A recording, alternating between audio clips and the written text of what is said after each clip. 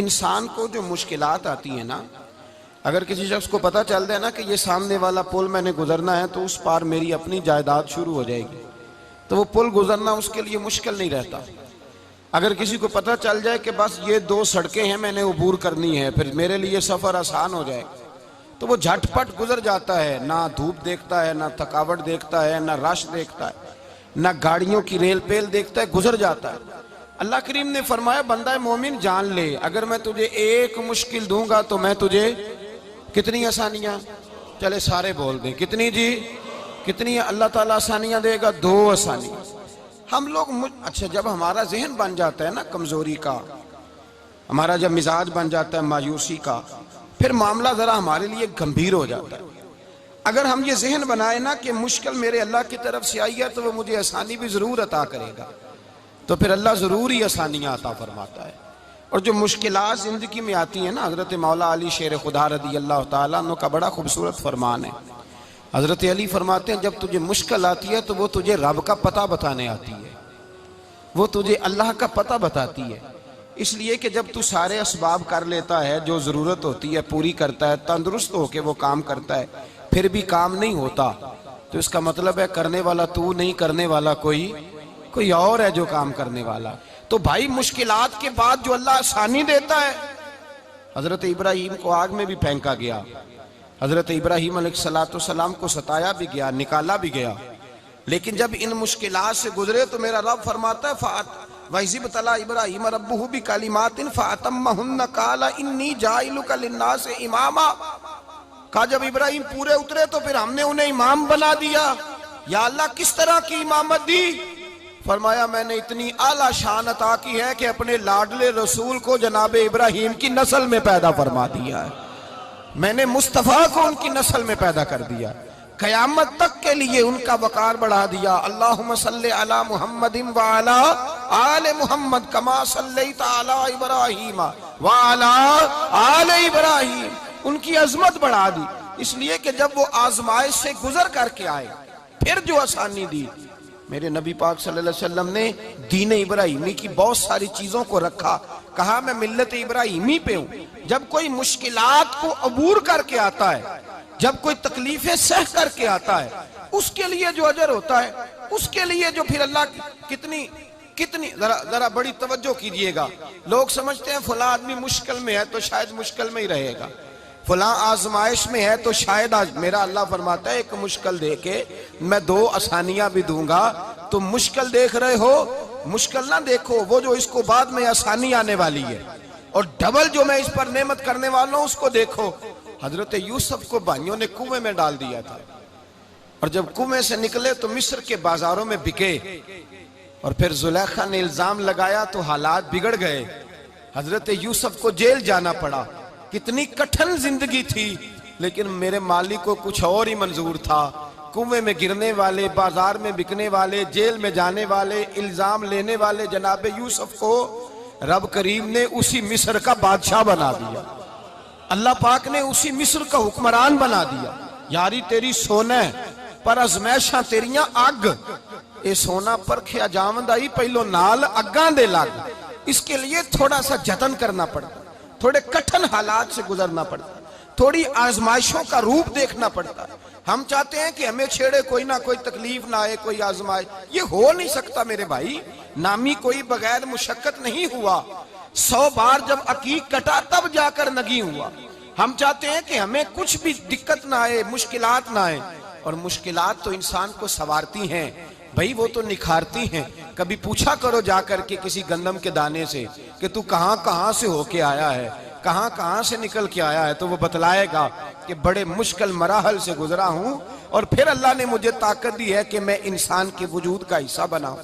تو بھائی کٹھن مراحل، آزمائشیں، تکلیفیں، یہ انسان کو بڑا انسان بنا دیتی، یہ اس کے لیے ترقیوں کا پیش خیمہ ہوتی۔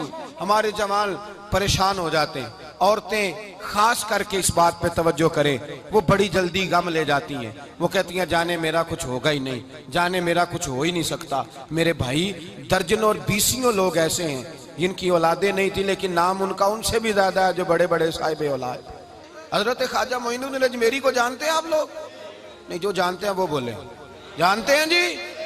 لو جی کافی سارے جانتے ہیں، تھوڑے جی رہ گئے مگر جانتے ہیں نا خواجہ صاحب کو؟ ان کے کسی بیٹے کو جانتے ہوں؟ نہیں جانتے، نہیں جانتے، نہیں جانتے آپ ان کے بیٹے کو۔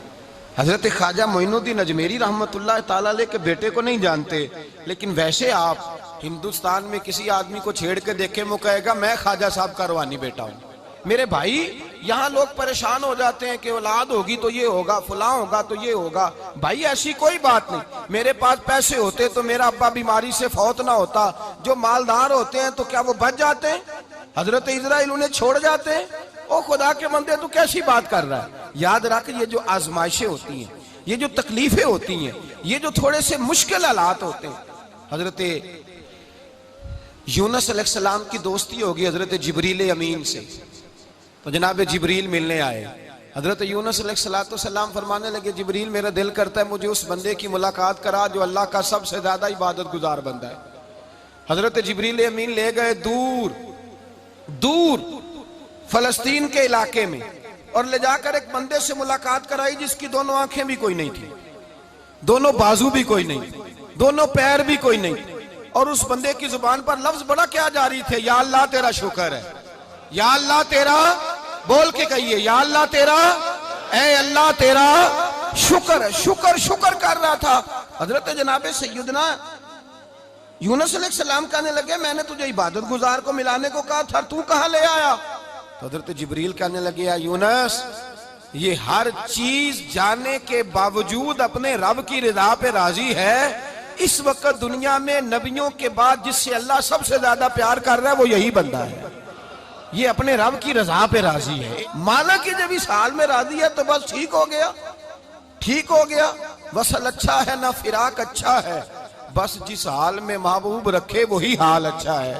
بس جس حال میں انہوں نے رکھا بات ٹھیک ہو گئی۔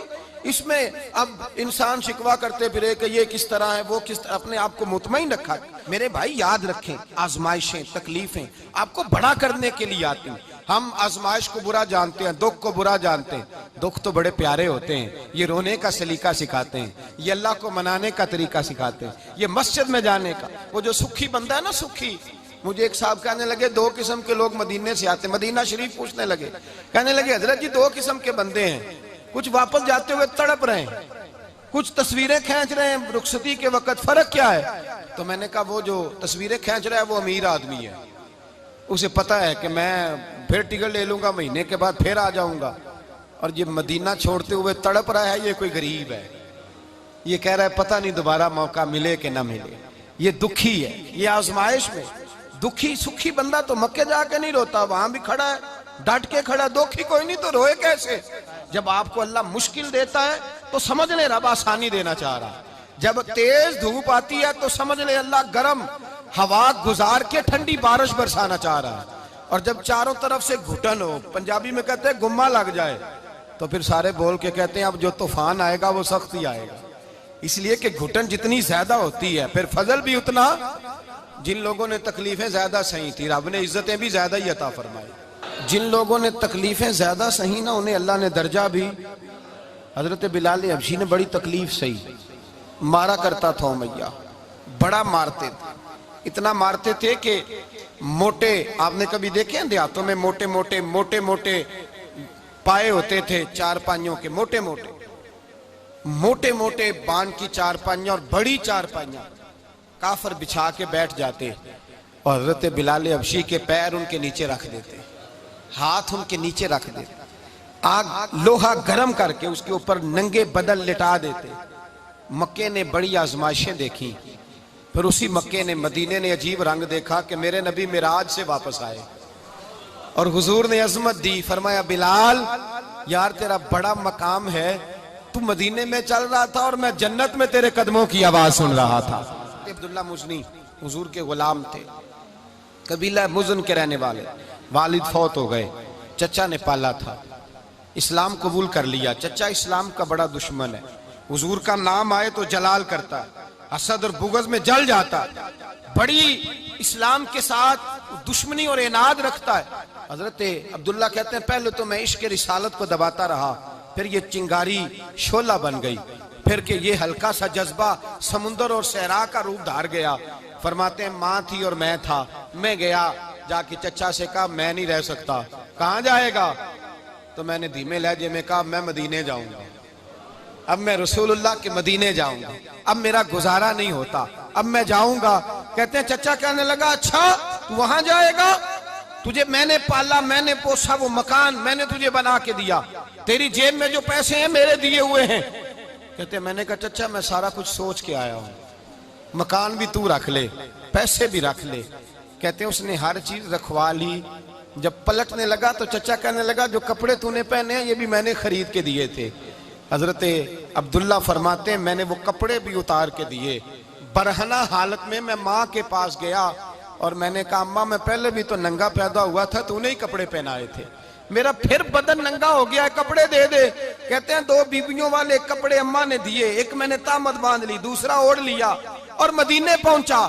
کہتے ہیں جب میں ٹھنڈی رات مدینے پہنچا تو کالے رنگ کے حبشی غلام حضرت بلال دودھ کا پیالہ لیے کھڑے تھے، ہاتھ میں کھجوریں تھی، کمبل تھا، کہنے لگے آجا آجا۔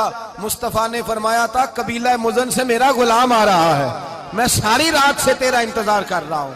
حضرت جناب سیدنا عبداللہ رضی اللہ تعالیٰ عنہ فرماتے ہیں میری مشکل آسان ہوئی، فرماتے ہیں مجھے مدینے میں اعزاز مل گیا، مجھے عزت مل گئی، ہر آدمی میری قدر کرنے لگا۔ گویا بزرگ کہتے ہیں کہ حضرت عبداللہ دعا کرنے لگے کہ اے اللہ تو نے مجھے بڑی شان دی ہے مصطفیٰ کی گود میں، اگر اسی رحمت کے چھاؤں میں پردہ کر جاؤں تو میری بات بن جائے گی۔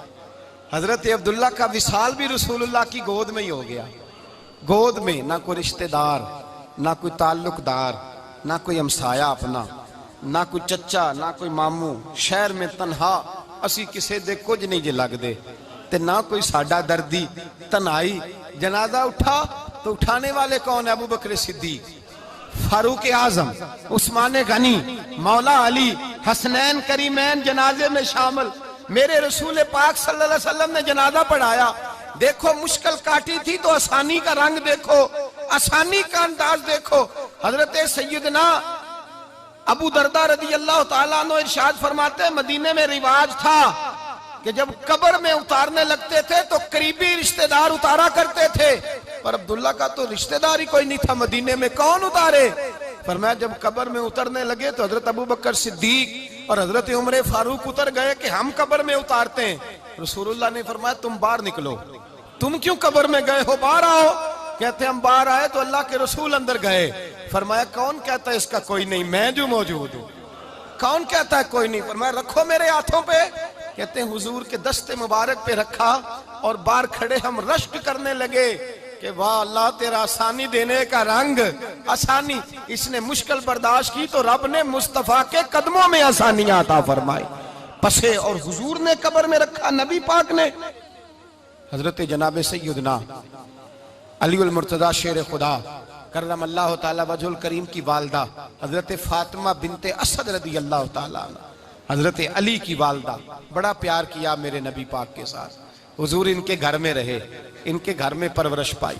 حضرت علی کہتے ہیں میری اماں پہلے رسول اللہ کا خیال رکھتی، غربتوں کے زمانے میں نبی پاک کا ساتھ دیا، مکہ مخالفت کرتا تو جناب فاطمہ حضور کا خیال رکھتی، فاطمہ بنت اسد، بڑا پیار کیا، بڑی محبت کی مولا علی کی والدہ نے، ہر دکھ ہر تکلیف کاٹی، لیکن رسول کائنات صلی اللہ تعالی علیہ وسلم کا ساتھ نہ چھوڑا۔ اور یہاں تک روایات میں ملتا ہے کہ جناب فاطمہ الزہرا جب بیاہ کے ان کے گھر گئیں تو باہر سے سودا لا کے دیتی، حضرت فاطمہ سے بڑا پیار کرتی، بڑی محبت، مشکلات میں ساتھ دیا۔ جب وصال ہوا تو فرماتے کوہرام مچ گیا مدینے میں، لوگ منتیں کرتے تھے کہ حضور کا ایک بال مل جائے تو قبر میں بخشش کا سامان ہو جائے گا۔ رسول پاک نے فرمایا جب جناب علی کی والدہ کو غسل دے لو تو کفن پہنانے سے پہلے میرے پاس آنا۔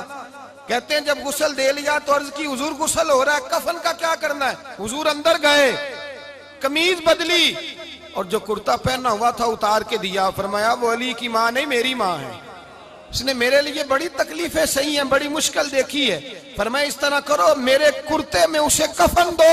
حضور نے جنازہ پڑھایا، اپنے کرتا لباس مبارک میں کفن دلایا، پھر جب وہ دفن ہوئی تو حضور قبر پہ کھڑے ہوئے، کھڑے ہو کے فرمایا اے اللہ اپنے سارے نبیوں کے وسیلے سے اور میرے وسیلے سے میری اماں کی بخشش فرما دے۔ پھر جو آسانیاں ملی ان لوگوں کو تو ان کی قبروں تک آسانیاں ملی، پھر ان کو قیامت تک کے لیے آسانیاں ملی جنہوں نے مشکلات کو دیکھا۔ اور بھائی جو سوئے رہے، جو آرام کرتے رہے، جنہوں نے مناسب ہی نہ سمجھا کوئی کٹھن مرحلہ طے کرنا، جنہوں نے کہا نا نا نا نا ہم تو سکھ کے ساتھی ہیں، ہم تو سکون کے ساتھی ہیں، بھائی ہم تو سلوٹ کے ساتھی ہیں، جب موجیں لگیں گی تو دوڑ کے پہنچیں گے، کہیں گے ہمارا بھی تعلق بنتا ہے، ہماری بھی رشتہ داری ہوتی ہے، ہمارے بھی رابطے ہوتے ہیں، پھر دوڑ کر کے پہنچیں گے۔ اصل ساتھی وہ ہوتا ہے جو دکھ کا ساتھی ہوتا ہے، آزمائش کا ساتھ، مشکلات تجھے اونچا اڑاتی۔ حضرت سلمان فارسی کہتے ہیں میں نبی پاک کی تلاش میں نکلا تھا، حضور کی تلاش میں نکلا، اور میں نے کئی سال حضور کو ڈھونڈا، کبھی ایک دروازے، کبھی ایک دروازے، کبھی دوسرے دروازے، کبھی تیسرے دروازے۔ فرماتے میں شہزادہ تھا پر بکتا بکاتا مدینے آیا، میں نے نبی پاک کی تلاش میں یہودیوں کی غلامی بھی کی، تیری تلاش میں پھرا میں جنگل پہاڑ اور دشت میں۔ فرماتے ہیں بڑی تکلیف کاٹی، بڑی آزمائش دیکھی،